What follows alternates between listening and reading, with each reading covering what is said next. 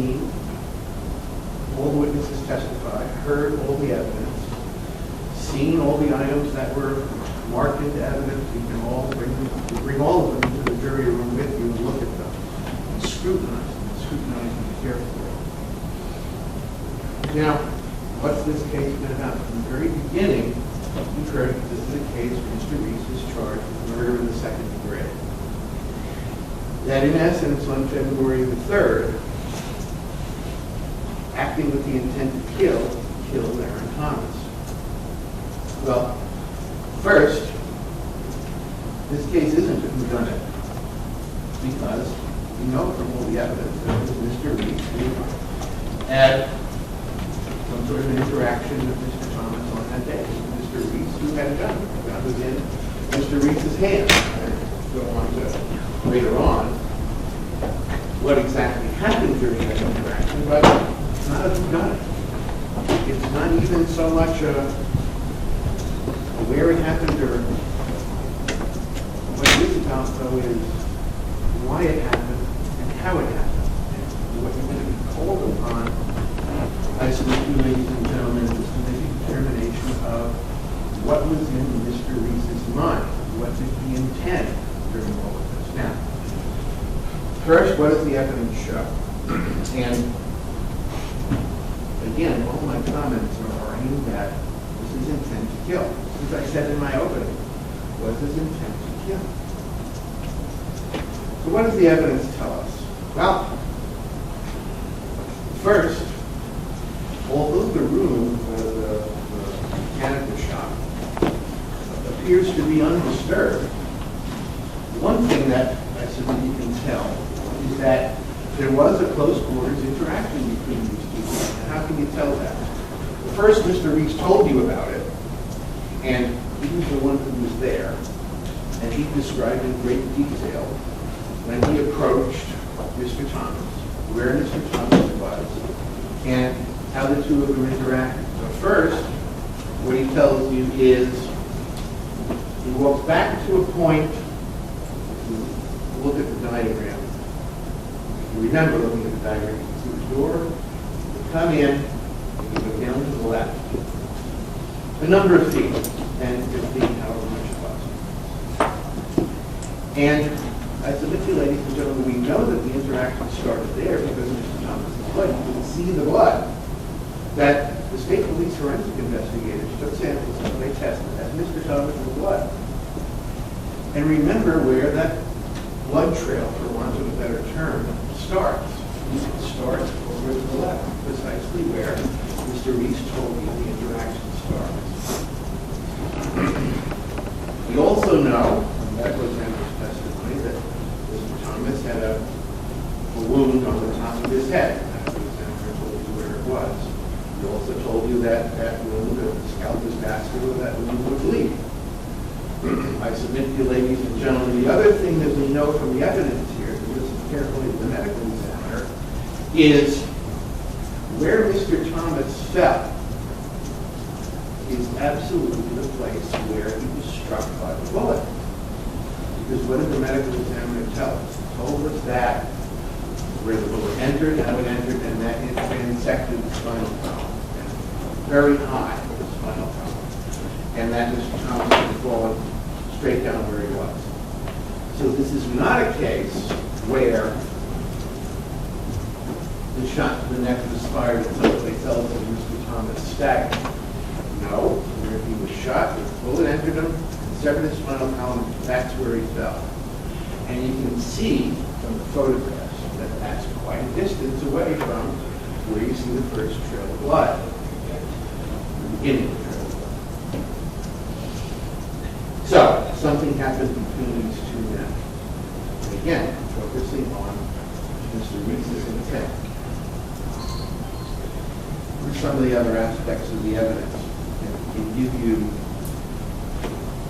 a look into the mental processes, whether this was an intent to kill? Some of the other things are, number one, Mr. Reese tells you that at that point, the blood trail starts at that point. He walks right up to Mr. Thomas and they engage in some dialogue. And Mr. Reese told you that he was a foot or two away from Mr. Thomas at that point. Well, ask yourself this. If you're acting with an intent to kill, and you come in with a gun and you intend to kill, if you're standing a foot or two away from someone, you just shoot them, right? You don't engage in a dialogue, ask him why he's doing what Mr. Reese believes that he's doing. If your intent is to kill, you kill.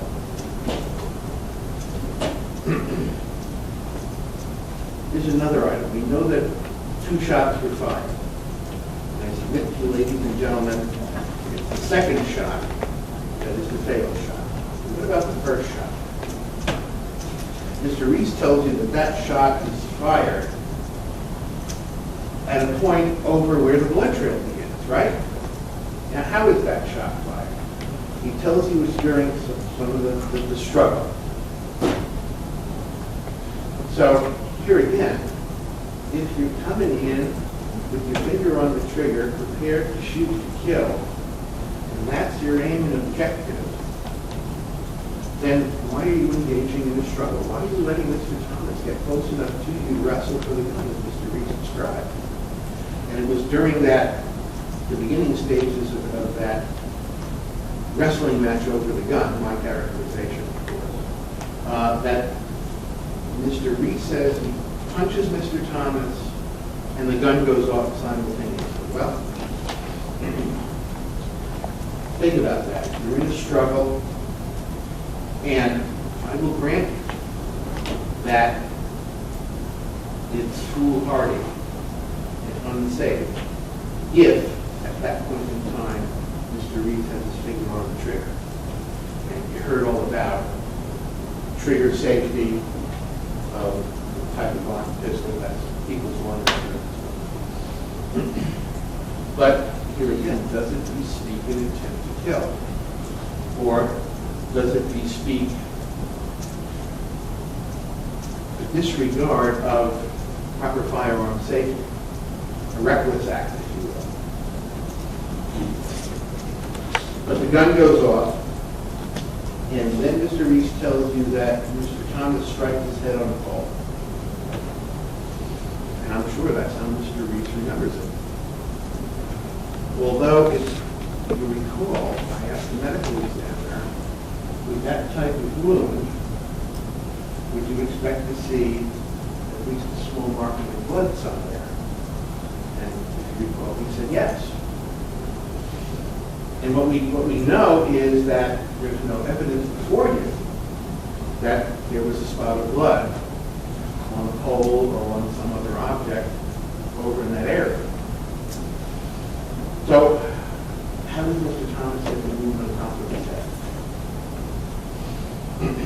So look, you ladies and gentlemen, you can infer from the evidence that although Mr. Reese remembers punching with his left hand, the gun is in his right hand, and he's right-handed. And can you infer that he struck Mr. Thomas on the top of the head with the gun?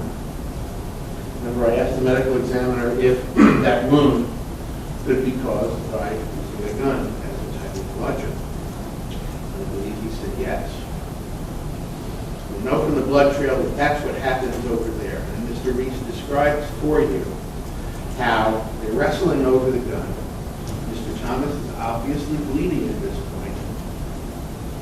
The medical examiner said he would have been momentarily stunned, but he would not have been knocked unconscious. So they're wrestling. Mr. Reese is describing how he's backing up. Now remember, he has a gun in his hand. He's described how Mr. Thomas is holding. I believe he said the gun had the red back, but Mr. Thomas has a hand on the gun. Mr. Reese is also holding him somewhere around the shoulder. And they're backing up. There's one man backing up and pulling. Is the other pushing? Are they wrestling? There's all sorts of contortions. And then Mr. Reese tells you he falls backwards. Mr. Thomas falls backwards. And as they're falling, that's when the gun goes off. That's what it'll be with the second gun. And Mr. Thomas falls to the ground.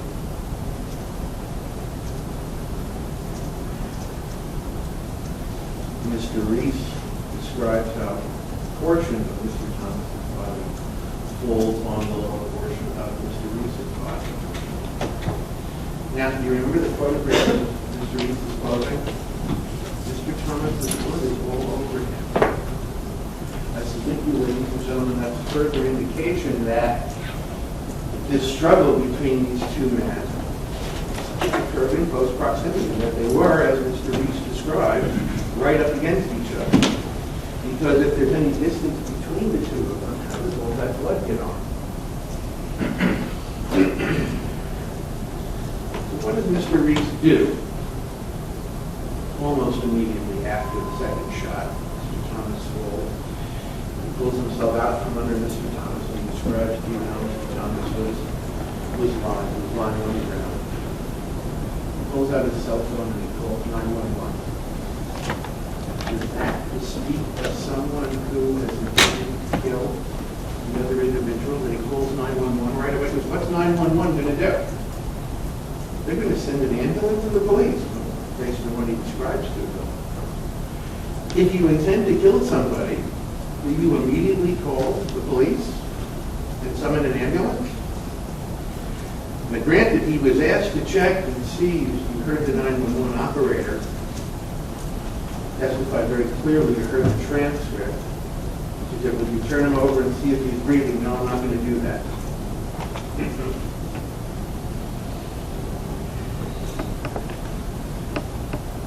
What does he do? The 911 operator tells him, actually get rid of the gun, get the gun away from you. You're protected of the arriving police. So what does he do? Now I know he comply with what she's telling him. The EDP police are right upstairs.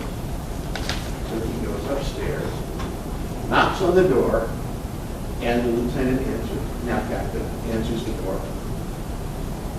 And in what must have been a startling event for him, he's confronted with someone who, I don't know if he said that he noticed blood. I think he said he noticed blood at some point on Mr. Reese's clothes. But it says that Mr. Reese is turning, lifting up, and listen to Lieutenant Kite very carefully, lifting up his jacket and his shirt. He's showing him the gun in his back pocket. He lets the lieutenant take control of that gun. The lieutenant does, takes control of it. Then, you heard the rest of the story. He walks Mr. Reese out to the lieutenant's car, gets handcuffs, places him in handcuffs, and turns over the custody of Mr. Reese to the arriving Kingston police officers. You heard your first arriving Kingston police officer take custody of Mr. Reese, took custody of the gun. You'll notice that, I guess above, let's say, the waistline, there's no blood on it. It is an injury, albeit a small one, to, I believe it was his right, one of the knuckles, maybe the ring finger. Again, that's a little something that supports the idea that two men are wrestling over a gun. What else do we know about the gun?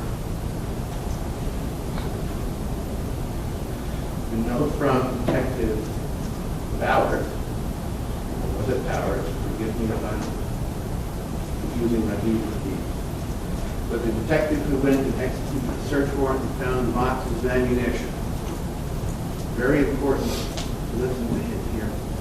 What's in one of the boxes of the full metal jacket ammunition? It's those jacketed hollow point bullets. He asked both the medical examiner and even Dr. Smith talked about it a little bit. Those bullets are designed to do maximum damage.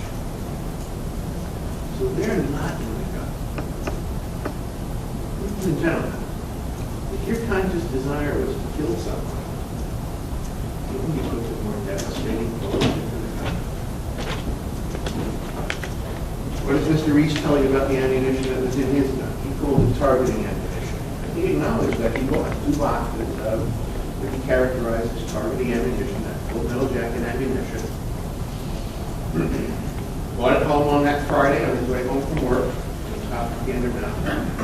And on Sunday, before the Super Bowl, he told me that about shooting some target rounds.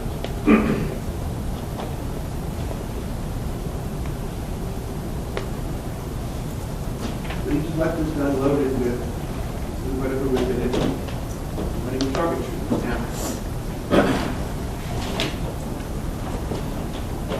you also heard that Mr. Reese comes into work sometime around 6:20, 6:30. And on February 3rd, 2014, I think the login, where he initially logs in, is 6:24. And then he goes back, gets in his car, drives around to where he parks. And then he goes in, and he describes to you how he's walking down the hall, Mr. Thomas. That's right in front of him.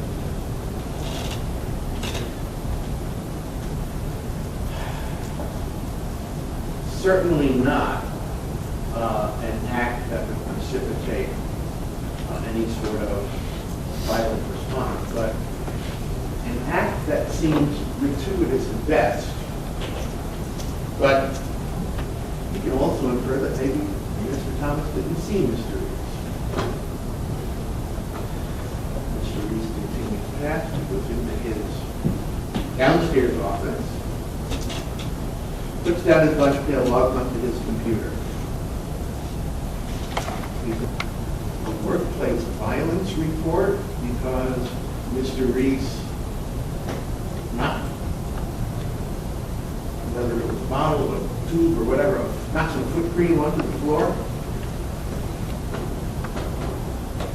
Was it virtually nearly minutes before that Mr. Williams was told not to engage in this type of conduct, to stay away from Mr. Reese's desk?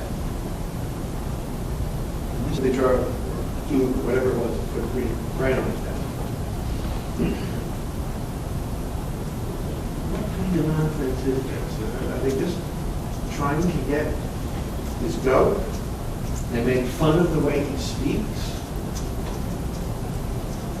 I believe all of this is more appropriate in kindergarten than it is in the workplace. Mr. Hinchy told you that he, in any way, shape, manner, or form, blaming Mr. Thomas for what happened to him. Because what I feel for what happened to Mr. Thomas. Words can't express it. However,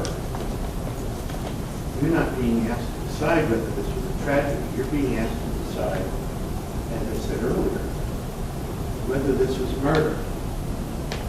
The judge will define murder for you in detail. It comes down to was there an intent to kill the moment the shot, the second shot of it was fired. Now,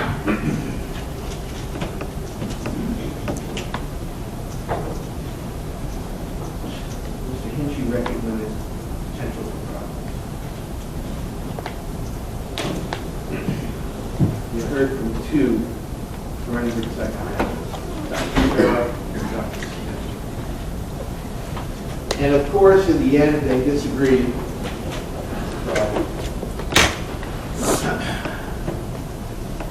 So let's look at the items on which their expert opinions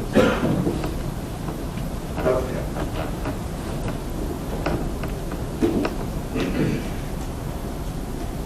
Does Mr. Reese believe that his home was burglarized and all of those things that he heard?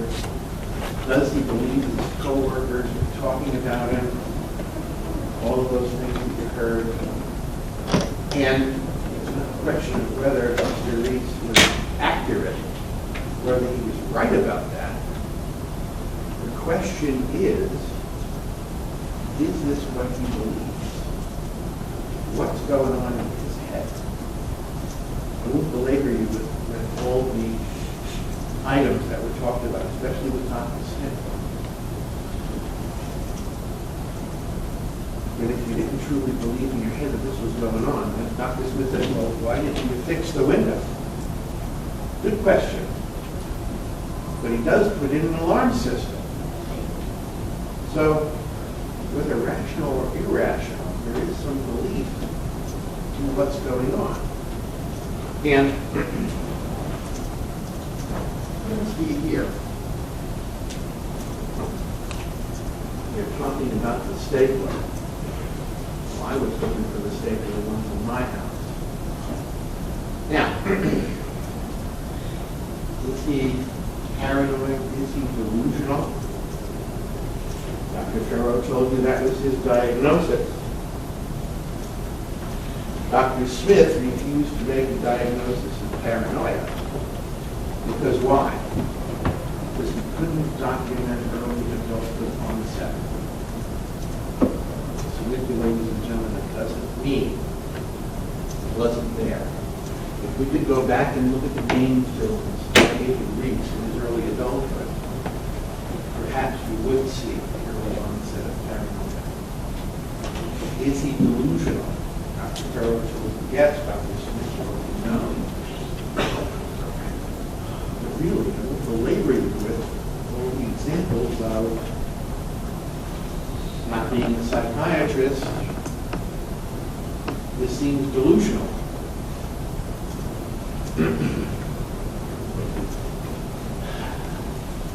So, Mr. Pucci recognizes that there's a big potential here. Big potential that's just waiting for something to spark it. And unfortunately for Mr. Thomas, he characterizes it as a very little spark, but that sets him off. So what does he do? Again, he doesn't walk in and go bang. He walks in and he says, where's the effect of, why are you doing this? Why are you burglarizing? Why are you stalking me and my family? I can only imagine what's going through Mr. Thomas's mind. What are you talking about? Because there's no evidence of doing that.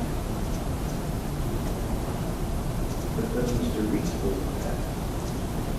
And does that give you motivation for confrontation, as Mr. Reese described it? But does that tell you that there was a kill?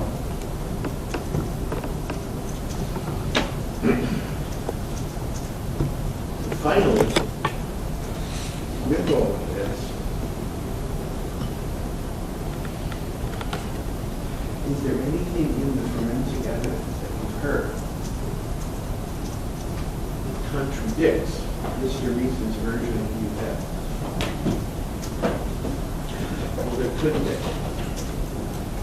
Because if you recall, when Mr. Reese spoke to Dr. Smith read to you from his notes. Mr. Reese didn't describe the way the people fell in a manner that would support the remember. Mr. Thomas, wearing that Carhartt sweatshirt, and I pulled it down and showed you there were 3 holes, perforations, 3 holes in the sweatshirt, 2 along the shoulder, and 1, this is more on the hood, but the doctor also told you it was right where the bullet entered Mr. Thomas' body, underneath the ear.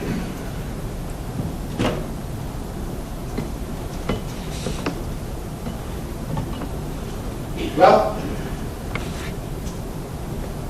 how does that happen? Oh, and by the way, we had the state ballistics expert come in and tell you that she believed, based on her tests, that the barrel of the gun was 18 inches from, I think she's measuring it from the first fold of the sweatshirt, 18 inches and a half. You know the relative size of the 2 men involved. Mr. Thomas, 5'7" and a half. I was ever told that. Mr. Reese, 6'1" or 6'2", differing arm lengths. Now, as they're backing up, I'm sure that at one point Mr. Reese believed, the way he told Dr. Smith, that that's what happened. But that can't be correct. Can't be correct because bullet holes don't line up. So I submit to you, ladies and gentlemen, what you have to do is you have to think carefully about how he describes the interaction.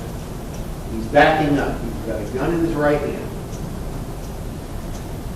Mr. Thomas is grabbing at him. They're pushing and pulling each other. And Mr. Reese describes how he's holding on to Mr. Thomas, probably grabbing the sweatshirt. Where exactly? He knows. So as they fall back, imagine yourself as a 6'1" and 6'2" man falling backward. Okay? And if he's got a hold of Mr. Thomas, and if the grip breaks, is Mr. Thomas's body going to turn in, looking from the above, in what would be a counterclockwise fashion? Is he going to turn his right shoulder directly towards Mr. Reese's right hand? Are his hands going to be up? He's fighting. He's struggling. Mr. Thomas.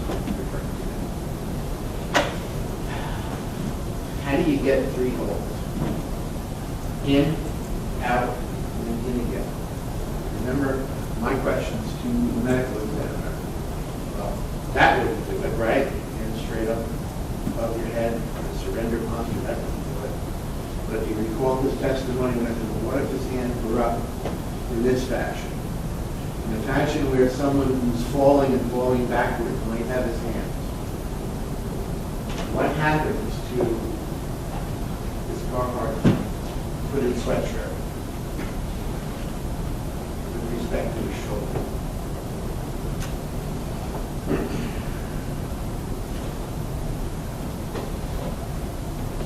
And then you saw the doctor realize that orange ballistic rod. Ask yourself this in deliberation. Does it line up then? Submit you, ladies and gentlemen, it does. Also consider this. You can see where the bullet entered. You also have the doctor's testimony of where it ended up. There's a slight deformity on the bullet. And I asked the doctor, that deformity, how does that happen? Well, it happened with his bone. Would that deflect its path? Oh, and by the way, it's funny, the bone. Would that deflect its path? And the medical examiner said, no. Didn't appear to. So,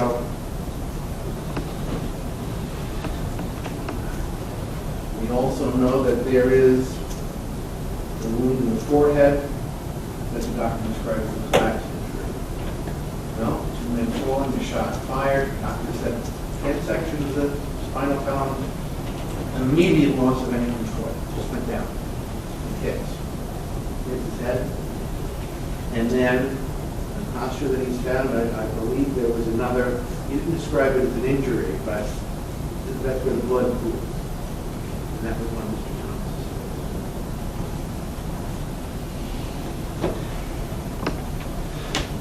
So what are you to make of all of this? First, I submit to you, ladies and gentlemen, there's no intent to kill here. The judge will explain to you what you have to find in order to find Mr. Thomas in the third and second degree.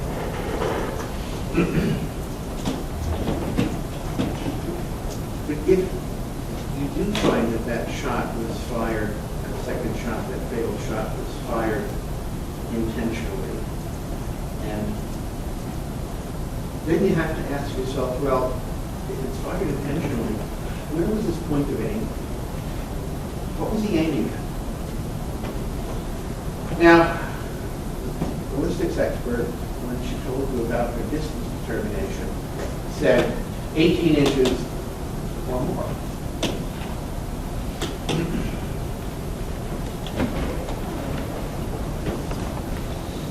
Well, the further away you get, the more you have to consider the fact that, and by the way, I don't believe that the shot was fired with the intent to kill or the intent to injure, cause serious physical injury. The judge will tell you about how you're to consider manslaughter in the first degree. Give that your finding. And you also need to consider Dr. Farrow, his opinion was that, first, based upon his mental problems, Mr. Reese was not responsible for his actions. And you also have to consider Dr. Farrow talked about extreme emotional disturbance. Even the judge can find this one not absolute. But I have a moment, Judge. Remember.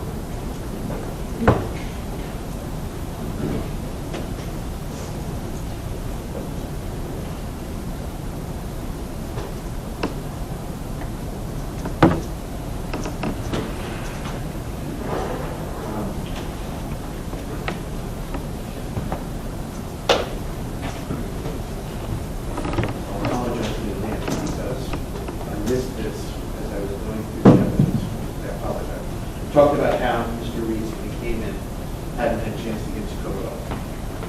It's also important when you're trying to figure what was the intended. Where's his lunch pail? It's on that downstairs desk. And it is unfortunate, by the way, with what's going on in Mr. Reese's head and what's going on in that office, that on this day, Mr. Reese brings his gun almost always to work, comes in, signs in, and puts it either in his lunch pail or into his coat and then takes it upstairs. That's where he puts those two things, upstairs in an area that he described. You need a swipe card to get in, so it's an area under better security. So it's an unfortunate circumstance, both that on this day, the injured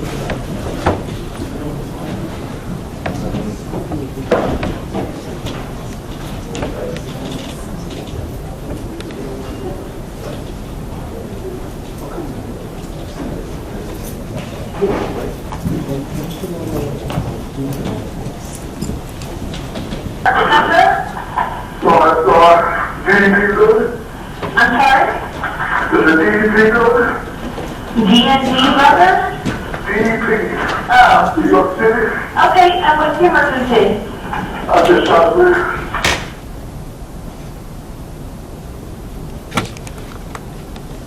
Who came to work that morning and went about his duties like any other day, never expecting to die. Your Honor, counsel, members of the jury, good morning.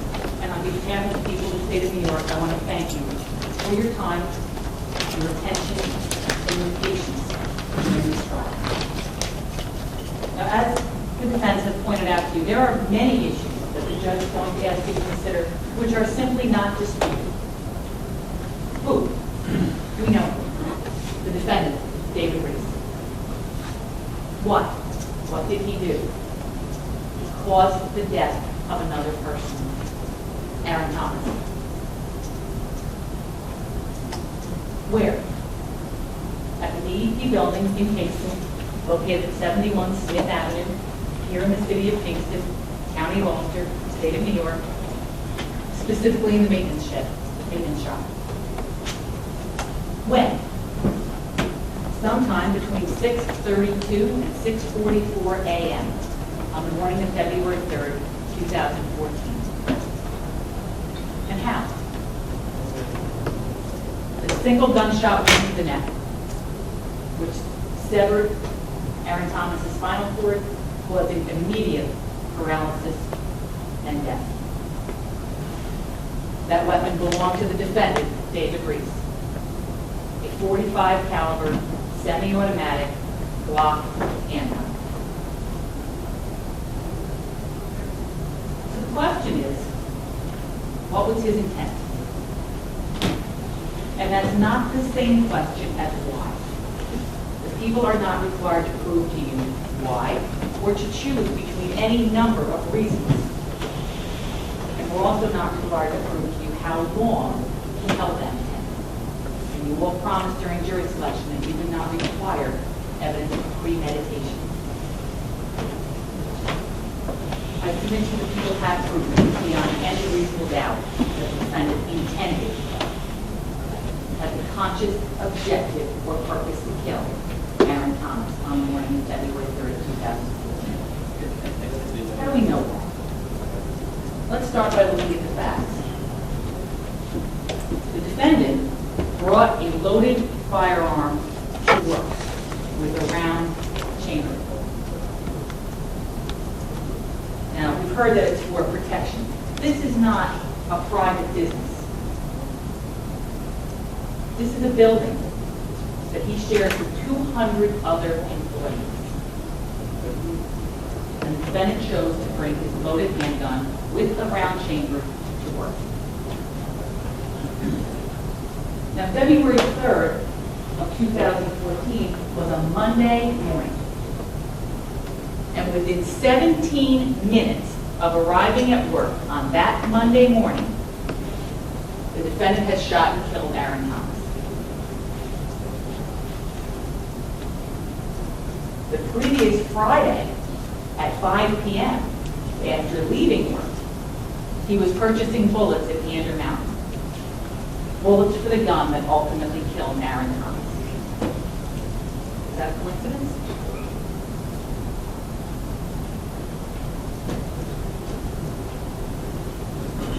The defendant shot Aron at 6:45 a.m., before 6:45 a.m., when most of the 200 employees arrived at that building. He chose to confront Aron Thomas at a time when most of the other employees were not in the building, when no one else was around. Is that a coincidence? And now the defendant has told you that he's been carrying this gun to work for months. And yet the morning he chose to confront Aron Thomas is the same morning that he never removed the gun from his person and put it in his lunch pail or his coat. Is that a coincidence? Aron Thomas was unarmed, but for the pocket knife, still attached to his pocket, clearly closed and unutilized.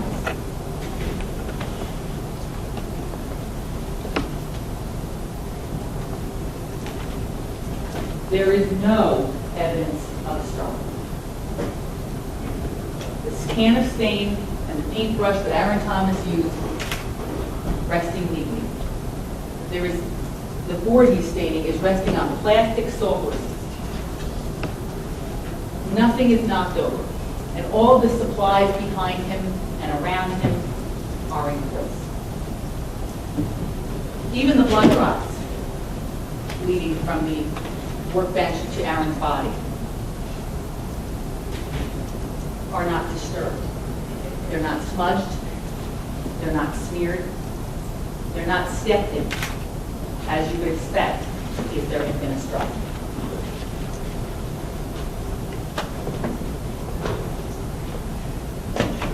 And Aron Thomas's blood was found on the gun.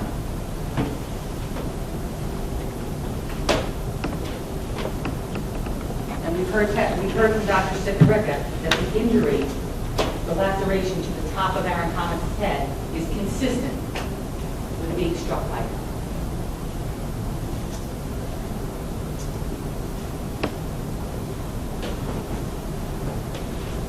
Now, the defense would have you believe,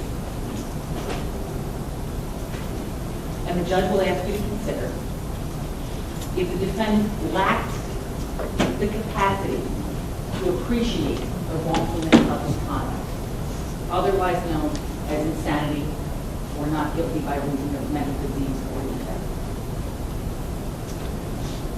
Now, the only person, other than the defendant's attorney, who has told you that the defendant lacked capacity to appreciate the wrongfulness of his conduct is Dr. Farrow. Now let's talk about Dr. Farrow. Dr. Farrow based his opinion almost exclusively on the defendant's say-so.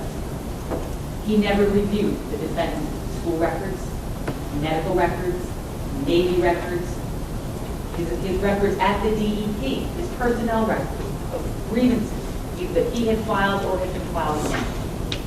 He never reviewed the police reports of the police officers who had contact with the defendant moments after the shooting. He never listened to the 911 call. He never reviewed the videotaped, transcribed interviews of multiple DEP employees, including Stephanie Ryder, Betty McLeod, and Thomas Henshaw. If he had reviewed some of those materials, he would have learned that the defendant's representations were not always completely accurate, and that the defendant views himself in a light more favorable than most others. And you've heard from Dr. Smith, who has told us the defendant didn't lack the capacity to appreciate the wrongfulness of his conduct. And here are some of the reasons that he told us that. First of all, the defendant entered the maintenance shop on February 3rd, 2014, to confront Aron Thomas. And when he did so, he removed the gun from his pants and held it by his side. And the defendant even corrected me that it was actually behind his thigh. And he did so with the purpose to conceal it from Aron Thomas. The defendant fully appreciated the danger, the nature, and the consequences that would occur if Aron Thomas saw that gun.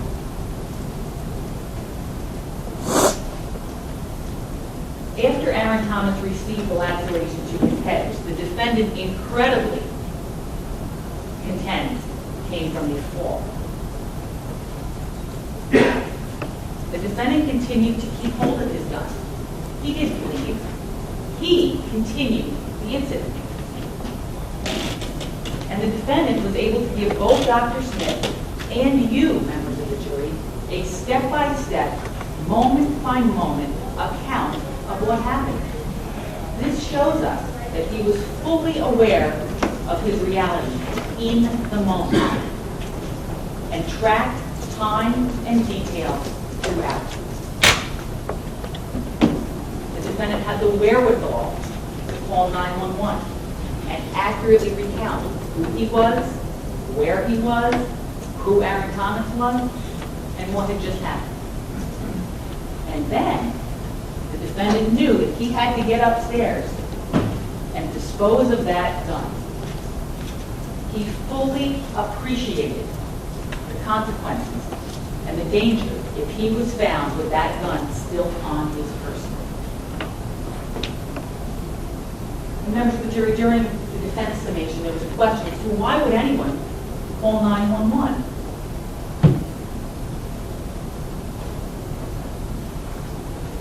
Just because the defendant chose not to flee does not negate his intent at the moment that shot was fired. Maybe he called 911 because he didn't want to flee. He didn't want to be tracked down. He appreciated the danger to himself if the police had to come after him. But just because he chose not to flee does not negate the intent that was in his mind when that gun was fired. And members of the jury, I'm going to ask you to pay close attention to Judge Reese's instructions on the issue of whether the defendant had the capacity, lacked the capacity to appreciate the wrongfulness of his actions. Because on that specific issue, the defense bears the burden. They raised it. And Judge Williams will explain that to you, but it's their burden. Now, members of the jury, if you don't believe that the defendant lacked the capacity to appreciate the wrongfulness of his conduct, the defense would have you believe that he was under extreme emotional disturbance at the time of this act. And again, extreme emotional disturbance is another defense raised by the defense, and they bear the burden on that as well. Dr. Smith has told you that for there to be an extreme emotional disturbance, there has to be an extreme emotion. There has to be an explanation for that emotion, and the defendant has to act reasonably in light of that emotion. Dr. Farrow has told you that the extreme emotional disturbance was caused by a delusional disorder. But that diagnosis simply cannot be validated. It cannot be validated because the symptoms that he relied upon, the symptoms explained to him by the defendant, have multiple other causes. Specifically, one is depression. Dr. Smith has told you he diagnosed the defendant with depressive disorder. And depressive disorder affects one in about every 10 people. And it's depressive disorder due to other medical conditions. At the same time that the defendant was experiencing these symptoms, he was diagnosed with sleep apnea, morbid obesity, congestive heart failure, and low testosterone. When those issues were treated, his depression improved. Dr. Ballinger had treated the defendant for depression. Now, the defense raised the issue, could the depression come back? Absolutely.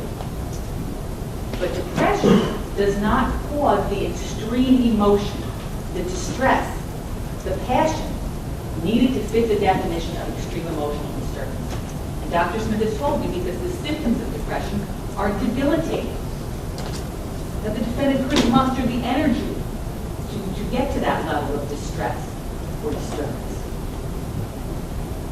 Likewise, there's another plausible diagnosis, and that's paranoid personality disorder.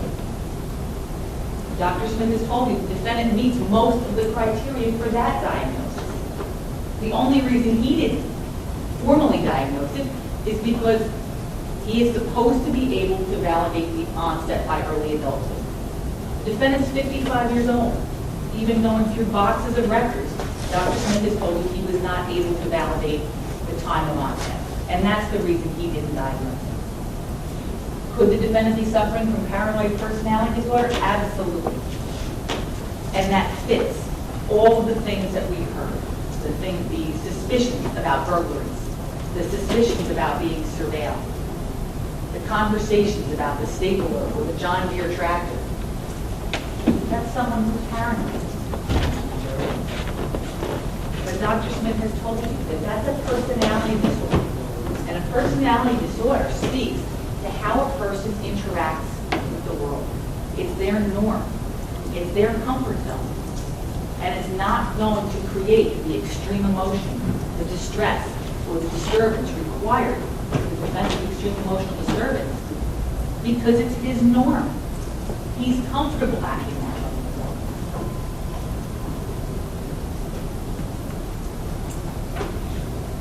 What Dr. Smith and Dr. Farrell did agree on is that for the defendant to be suffering from a delusional disorder, which would in fact create the distress or the emotion required for extreme emotional disturbance, that but for the delusion, his life would be in order to the extent that nobody would suspect anything was wrong. That's simply not the case here, members of the jury. This is a man who had multiple medical issues, had marital problems, stopped going to church, and had aggressive and impulsive encounters with other employees at the DEP, including Stephanie Ryder, who didn't even work in his department. Certainly people not responsible for the alleged hallucination. Both the defendant and Dr. Sir that this was an accident. You've heard the testimony from the rear action. The defendant's gun, equals 1, was in proper working order. It had a number of safety mechanisms. All of them were working properly. And even the defendant told you on cross-examination, he is not asking you to believe that that gun malfunctioned twice.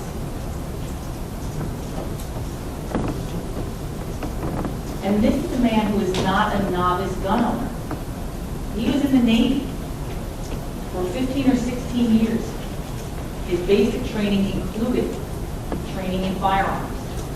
He told you that he had duties in the early 90s that involved firearms. And then again, less than 6 months before this shooting, he got a pistol permit. And he got a gun. And when he got that pistol permit, he had to take a safety class. The defendant has told you he's well aware of the rules. The basic premises of safety when using a gun. You always keep the gun pointed in a safe direction. And you never put your finger on the trigger until you're ready to fire. What does that tell us, members of the jury? The defendant was ready to fire. Now, the defense has floated, has suggested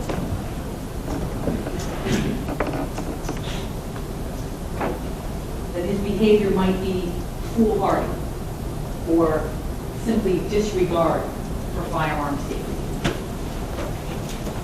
And I submit to you, members of the jury, that that didn't happen once, much less twice. The defendant would have you believe that the gun went off once without his intention to do so, and yet somehow it managed to happen again within seconds, if not minutes. Meaning, if his finger was on the trigger the first time, when he didn't intend it to be, and the gun went off, he then puts it back on the trigger within seconds or minutes. And if this were a tragic accident, isn't that what the defendant would have said? When he called 911, he said, "I shot Aron." And we met up with Captain Kite. He said, "I shot Aron twice." He never said the gun went off until months later, when he had the opportunity to reflect and attempt to excuse his conduct.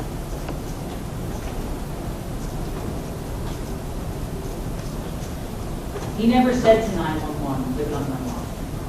He never said, this was an accident, I didn't mean to.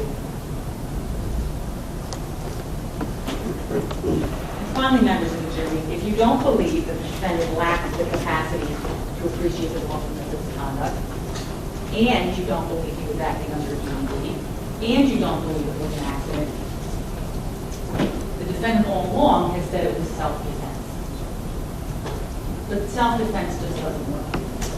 Members of the jury, there was no struggle. The paintbrush's right was resting next to the stained can. The victim is unarmed. Was Aron Thomas reaching for the gun? Maybe. But if he was fighting for his life. The defendant has conceded to you that Aron Thomas never posed a threat to him. He never said anything threatening, and he never threatened him with any item, weapon, or otherwise. There is no indication. First of all, the defendant admitted that Aron Thomas never got control of that gun. So he never had the ability to form a threat to this man. And if he did, we have no indication that he would have harmed the defendant. He was fighting for his life. And if this was a struggle, why is the blood only from the waist down on the defendant?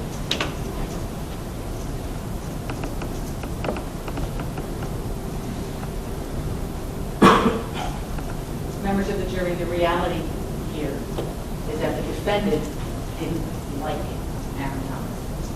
They didn't get along.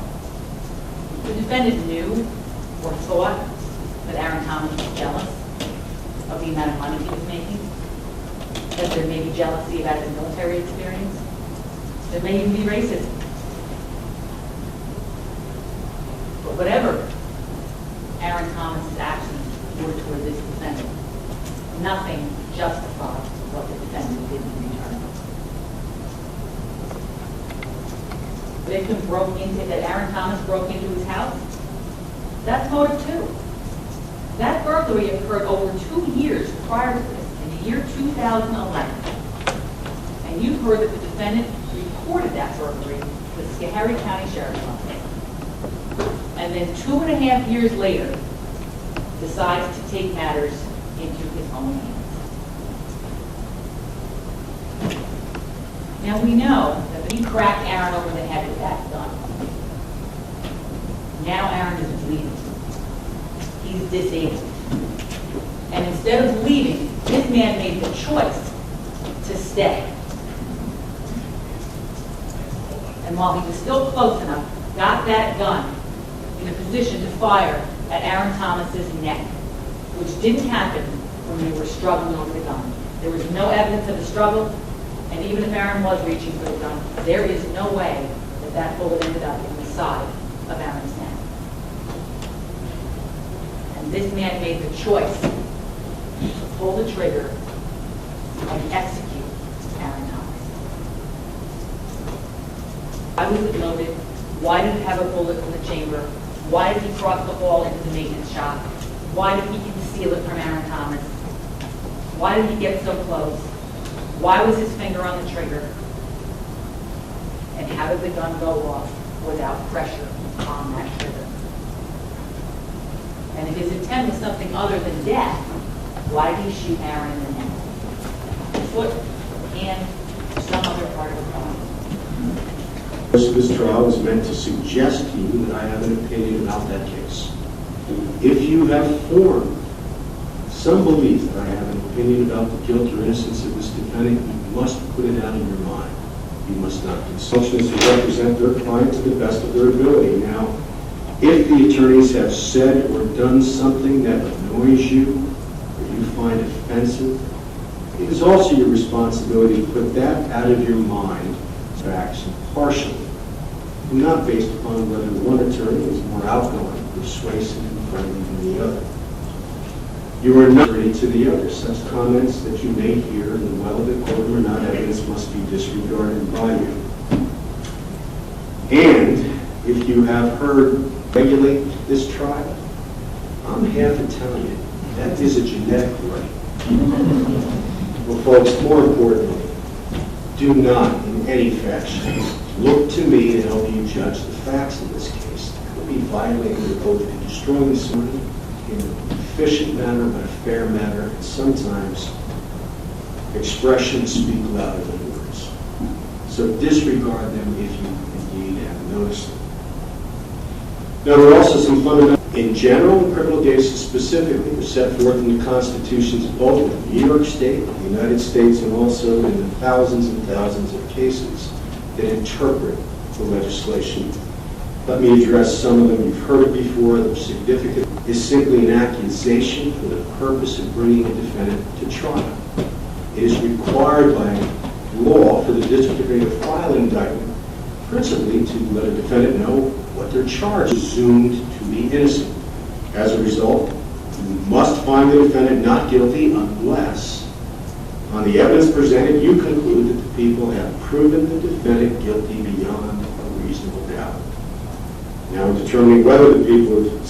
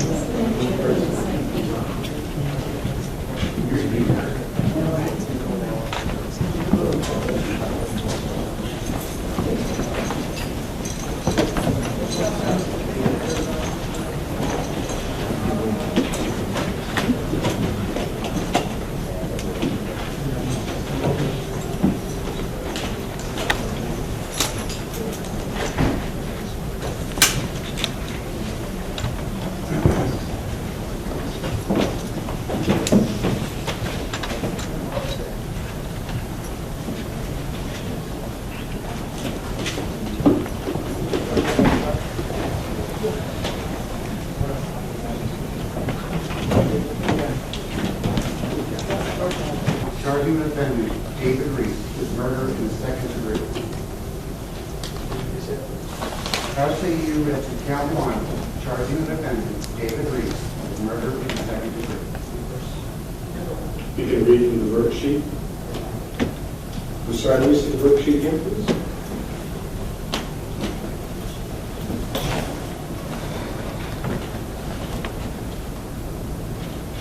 All right, if we could ask you to read from the number that you checked off.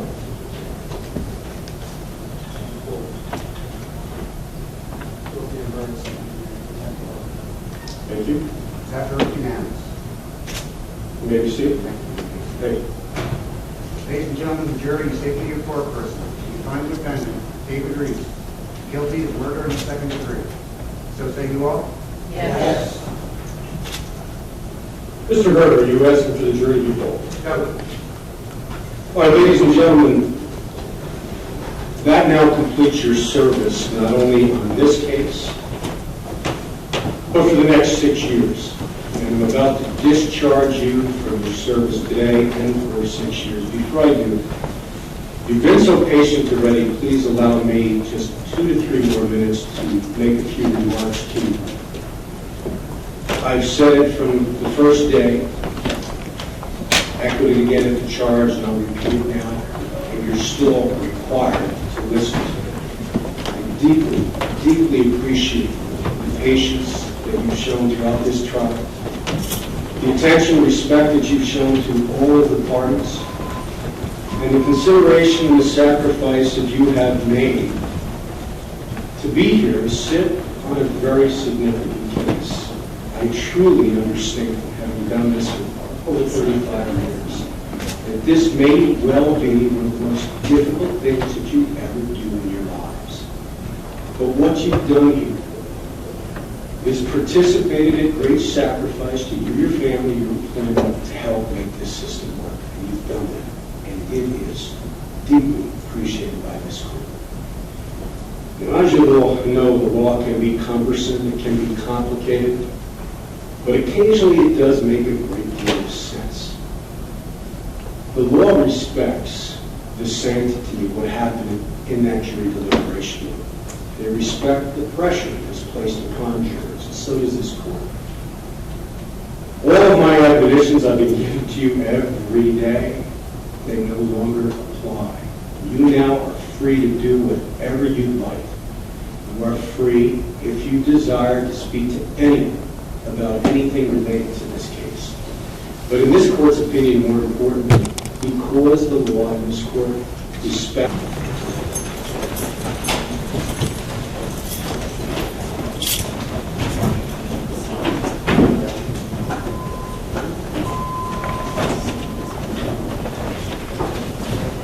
what they're thinking, but they certainly would clue in on the pertinent issues. You had some conversation with the family of the victim after the verdict. What was their reaction, and how are they feeling? I think they're relieved that it's over. I think they're happy with the verdict, and I was preparing them for the sentence, which will take place on August 13th. And what will you be asking for? We'll be asking for substantial incarceration. Meaning, how many years? I don't know at this time. No, just the maximum. The maximum is 25 to life. Thank you. Thank you. I just got down here. I'm sorry. What is your reaction to the verdict right now? Obviously, the people respect that the jury had a difficult decision, and we think that they reached the verdict supported by the evidence. Okay. What do you think was the worst thing that influenced the jury? I think the strongest issue was their last question was that the defendant testified that the victim was coming at him head on, and that's impossible with a shot that landed in the side of his neck. Okay. Is there anything else you'd like to add? No, not because we respect the jury and we thank them for their time and their patience. Okay. All right. Thank you. Thank I actually you. have one more question. There was a lot of outlook to the defendant's state of mind in the trial, but judging from your summations, you think that's just not the case. Absolutely. We took a long, hard look at the psychiatric evidence in this case. We hired an expert who was very, very thorough, asked us to acquire a number of documents and interview a number of people, and the evidence that we uncovered just simply did not support and either of the psych defenses raised by the defense. Okay, thank you. Thank you.